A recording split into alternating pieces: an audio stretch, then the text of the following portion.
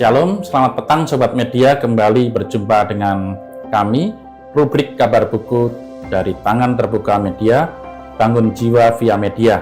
Kali ini kita akan mengupas bersama salah satu terbitan terbaru dari Tangan Terbuka Media, yaitu buku Pada Mulanya. Kemarin kita sudah mengupas sampai judul tertawa, yaitu kisah Sarah dan Abraham, yang dari kekhawatiran berubah menjadi tawa bahagia. Dan hari ini kita akan mengupas bersama tema dari buku Pada Mulanya dengan judul Allah Menyediakan, yang diinspirasi dari Kitab Kejadian pasal yang ke-22 bersama penulis buku tersebut, Pendeta Yoel Indrasmoro. Selamat petang Pendeta Yoel. Selamat petang Pak Kris. Semoga selalu sehat selalu ya. Ya. Ya. Kita kali ini sudah mencapai ke bab yang kesekian dari buku Pada Mulanya, yaitu kita akan mengupas bersama tema Allah Menyediakan berdasarkan Kejadian pasal 22, Pendeta Yoel, yang menceritakan tentang kisah Abraham diminta oleh Tuhan untuk mengorbankan anaknya satu-satunya, yaitu Ishak. Nah, sebagai pembuka mungkin Pendeta Yoel terkait dengan tema ini, terlebih dahulu saya bertanya tentang hakikat persembahan. Ya, persembahan kan berarti semacam memberikan yang terbaik, bukan asal-asalan, yang tak bernoda dan tak bercacat, kalau bisa kepada Tuhan sebagai wujud ucapan syukur. Nah, sejatinya kalau berdasarkan pemahaman Pendeta Yoel, apa saja yang bisa kita berikan sebagai persembahan kepada Tuhan, dan wajarkah mempersembahkan anak sendiri kepada Tuhan, walaupun ini mungkin dituliskan sebagai permintaan Allah sendiri? Iya, sebetulnya mempersembahkan korban manusia itu sesuatu yang dianggap keji ya pada masa itu. Ya. Dan tetapi ternyata itu juga yang diminta oleh Allah, gitu ya. Dan sebetulnya kalau bicara soal persembahan itu kan kata dasarnya sembah. Ya. Jadi bukan sekedar yang terbaik, tetapi apakah itu memang wujud sembah. Jadi yang perlu kita lihat adalah wujud sembahnya itu tuh, bukan mahal atau murahnya. Dan karena kalau mahal tapi diberikan bukan dengan pola hidup sembah, maka itu menjadi tidak ada artinya. Dan kalau kita lihat konteks Abraham, dia itulah sembah dia, gitu ya. Ketika dia ketika Tuhan mengatakan persembahkanlah Ishak, gitu ya. Dia membawa Ishak. Walaupun tentu dia juga bertanya-tanya, karena untuk mendapatkan Ishak itulah dia harus pergi kan, bertahun-tahun, hampir seperempat abad dia harus pergi, harus merasa pergi untuk memenuhi kehendak Tuhan, memenuhi yang Tuhan sediakan baginya, dan Ishak adalah gambaran masa depannya. Saya selalu suka dengan penjelasan dari dari Pastor Leo Van Burden ya. Jadi ketika Abraham diminta pergi, sebetulnya Abraham itu diminta untuk meninggalkan masa lampaunya. Ketika dia pergi ke tempat yang tidak dia tahu, tapi ketika dia diminta untuk mempersembahkan Ishak, maka sebetulnya dia sedang diminta untuk untuk menanggalkan masa depannya. Jadi dia sudah diminta untuk meninggalkan masa lampaunya, dan sekarang dia diminta untuk tidak mempertahankan masa depannya. Sehingga sebetulnya Abraham hanya itu hal yang mungkin rumit bagi Abraham ya. Tapi anehnya Abraham pergi, begitu ya. Taat ya. Abraham taat, meskipun mungkin dia bertanya-tanya. Bahkan ketika Ishak bertanya di mana hewan kurbannya, Abraham nggak berani menjawab bahwa dirimulah korbannya, tidak. Tapi Abraham hanya berkata Tuhan menyediakannya. Di sini kelihatannya ada kemungkinan Abraham masih berharap di titik-titik terakhir Tuhan akan menyediakan yang lain. Tetapi dia juga tahu bahwa Ishak ini juga disediakan oleh Tuhan. Tetapi memang nanti di dalam perjanjian baru diceritakan oleh penulis Perjanjian Baru bahwa Abraham itu sebetulnya percaya bahwa Allah bisa membangkitkan orang mati begitu Ya, ya. ya. Jadi sehingga Abraham hanya berkata Tuhan menyediakannya. Ya, ini menarik sekali iman yang sebesar ini ya. Betul, Ya, betul, ya. betul, betul. Nah, ini terkait dengan maksud Tuhan sendiri, Hmm. Pendeta Yoel. Tampaknya tidak mudah berada di posisi Abraham. Ya, Nah, ya. apa sebenarnya maksud Allah di balik permintaan untuk mempersembahkan Ishak? Apakah ini hanya untuk menguji ketulusan dan kesetiaan Abraham semata, atau sebenarnya juga ada maksud lain? Atau itu hanya Tuhan sendiri yang tahu sebenarnya? Iya, mungkin jawabannya hanya Tuhan sendiri yang tahu ya. Ya. Walaupun dikatakan juga dalam ayat-ayat Alkitab itu dikatakan bahwa Abraham ternyata tidak menyayangkan Ya. untuk mempersembahkan anaknya sendiri satu-satunya gitu ya. Tapi nanti dalam Perjanjian Baru kita akan melihat bahwa Allah Bapa pun mempersembahkan anaknya sendiri, satu-satunya anak Allah yang harus mati di atas kayu salib gitu ya. Bisa saja memang kisah Abraham ini adalah kisah prototipe dari nanti Tuhan Yesus yang akan mati di Golgota gitu ya. Tetapi saya rasa juga ketika Allah menguji Abraham, saya rasa Allah juga paham bahwa Abraham memang pribadi yang akan lulus ujian gitu ya. Dan ternyata Abraham lulus begitu. Ya.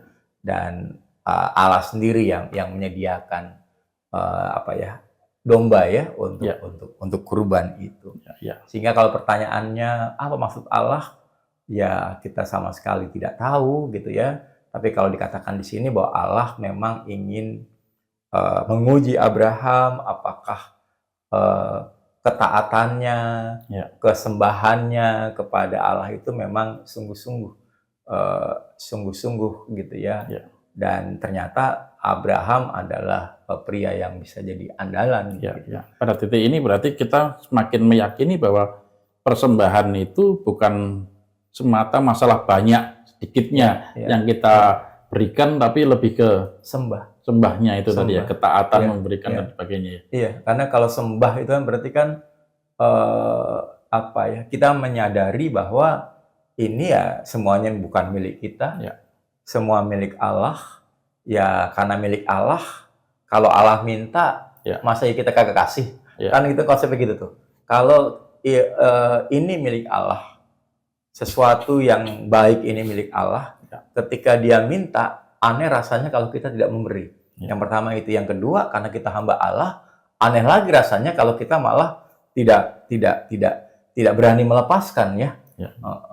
Inilah makanya sampai Ayub bilang Tuhan yang memberi, Tuhan yang mengambil, terpujilah nama Tuhan. Terpujilah nama Tuhan gitu ya. Terpujilah nama Tuhan. Jadi memang ya menarik memang kalau bicara soal persembahan ya. Apakah kita memang memberi berdasarkan sembah atau kita, dan kalau itu berdasarkan sembah, maka tidak ada istilah terpaksa. Tetapi karena kita sadar ya kita hamba, ini kita persembahkan ya, kita persembahkan. Persembahan itu bukan membuang. Jadi persembahan itu mempersembahkan, dan karena itu yang terbaik menjadi keniscayaan ya. Ya, menarik. Nah, saya coba membayangkan dalam kisah sebelumnya yang kita diskusikan bersama, yaitu kisah Sodom dan Gomora. Di kitab Kejadian mencatat Abraham tawar-menawar dengan Allah.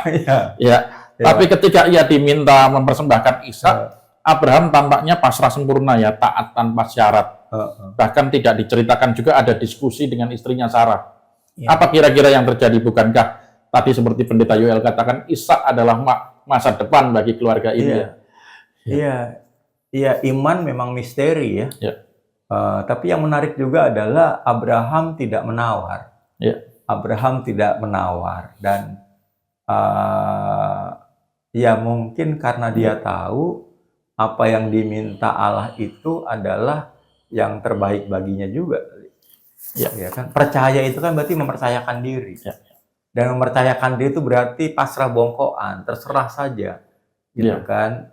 menawar. Nah, yang menarik adalah kenapa di Sodom Gomora Abraham merasa perlu menawar, karena untuk nasib orang lain. Nasib orang lain, Ya. dia merasa ya Tuhan pasti akan maha murah lah, Ya. dari 50 orang sampai akhirnya 5 gitu ya. Dan itu pun tidak ada kan. Ya. Tetapi untuk dirinya Abraham nggak mungkin dia nggak berani menawar. Ya. Jadi sebetulnya pertanyaan juga sih, beranikah kita menawar Allah untuk sesuatu yang berkait dengan diri kita sendiri? Dan sebenarnya kepunyaan Allah sebenarnya kalau kita sadari. Kepunyaan Allah. Ya. Semua kepunyaan Allah. Ya. Jadi kalau diminta ya Ya. aneh rasanya kalau nggak memberi begitu ya. Iya.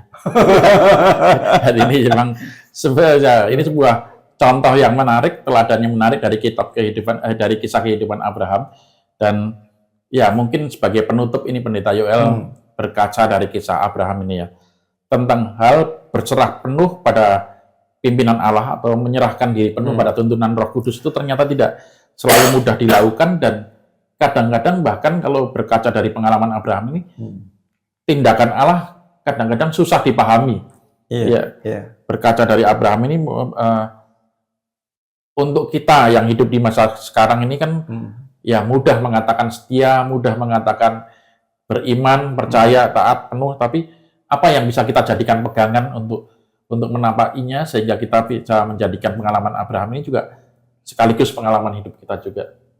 Iya, mungkin kita perlu pertama sadar diri ya, siapa kita di hadapan Tuhan. Sebetulnya kan semua yang kita dapatkan itu ya berasal dari Tuhan. Ya. Tuhan sudah menyediakan semua. Tuhan menyediakan pengetahuan, Tuhan menyediakan kita anak, Tuhan menyediakan kita rumah, Tuhan menyediakan kita masa depan. Lalu pertanyaannya adalah kalau itu pun diminta dari Tuhan, apakah kita tidak memberikannya, gitu ya? Dan Abraham percaya bahwa menaati Tuhan merupakan hal yang benar. Dan itu dikatakan Allah melihatnya itu sebagai kebenaran ya, bahwa dia mempercayakan diri. Nah, kembali kita apakah kita berani mempercayakan diri kepada Allah gitu ya, ketika Allah meminta lebih dari yang kita ingin beri begitu ya. Tapi saya percaya bahwa kalau kita berani mempercayakan diri kepada Allah, masa depan itu ya pasti ada, karena masa depan kan milik Allah, dan masa depan ada dalam kuasa Allah. Kan sebetulnya yang paling kita takutkan kan adalah masa depan. Padahal kalau kita tahu masa depan adalah milik Allah dan kita tidak pernah tahu masa depan itu apa, maka hal yang paling lumrah adalah percaya saja. Kalau emang itu bukan jalan kita, itu jalan Allah, kenapa kita harus bimbang? Lawan bukan jalan kita. Serahkan saja kepada Dia. Masa depan milik Allah, oleh karena itu serahkan saja dalam pimpinan Serahkan Allah ya. saja. Ini mirip dengan di ibadah minggu lalu ya Pendeta Yoel ya, bagaimana kita belajar memasrahkan ketakutan, kekhawatiran kita pada Allah, bahkan artinya Tuhan Yesus sendiri adalah berada di perahu bersama kita ya. Tidak pernah meninggalkan kita. Artinya betul. Abraham tampaknya juga meyakini bahwa Tuhan toh tidak akan pernah meninggalkan dia ya. Iya. Karena Tuhan Yesus namanya kan Immanuel. Jadi kalau dia meninggalkan kita, berarti dia salah nama, gitu kan? Berarti dia mengingkari namanya sendiri, gitu kan? Sehingga ketika kita percaya bahwa Allah adalah Allah yang menyertai dan sungguh-sungguh menyediakan, maka menjadi bagian kita juga untuk berani mempercayakan diri kita kepada Allah. Terima kasih sekali. Sama-sama. Pendeta Yoel, ini percakapan yang singkat tapi menarik.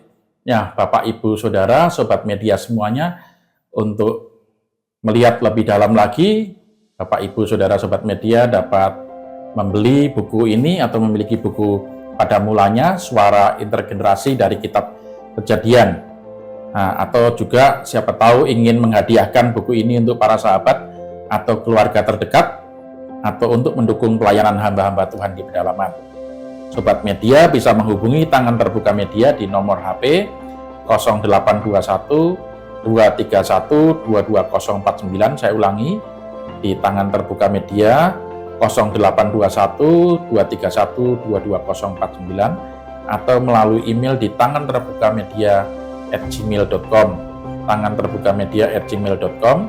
Sekian dahulu perjumpaan kita petang hari ini. Dukung terus pelayanan kami dalam membangun jiwa via media, membangun budaya, mencintai buku dan literasi. Sampai jumpa dalam tayangan kami selanjutnya. Tuhan memberkati kita semuanya.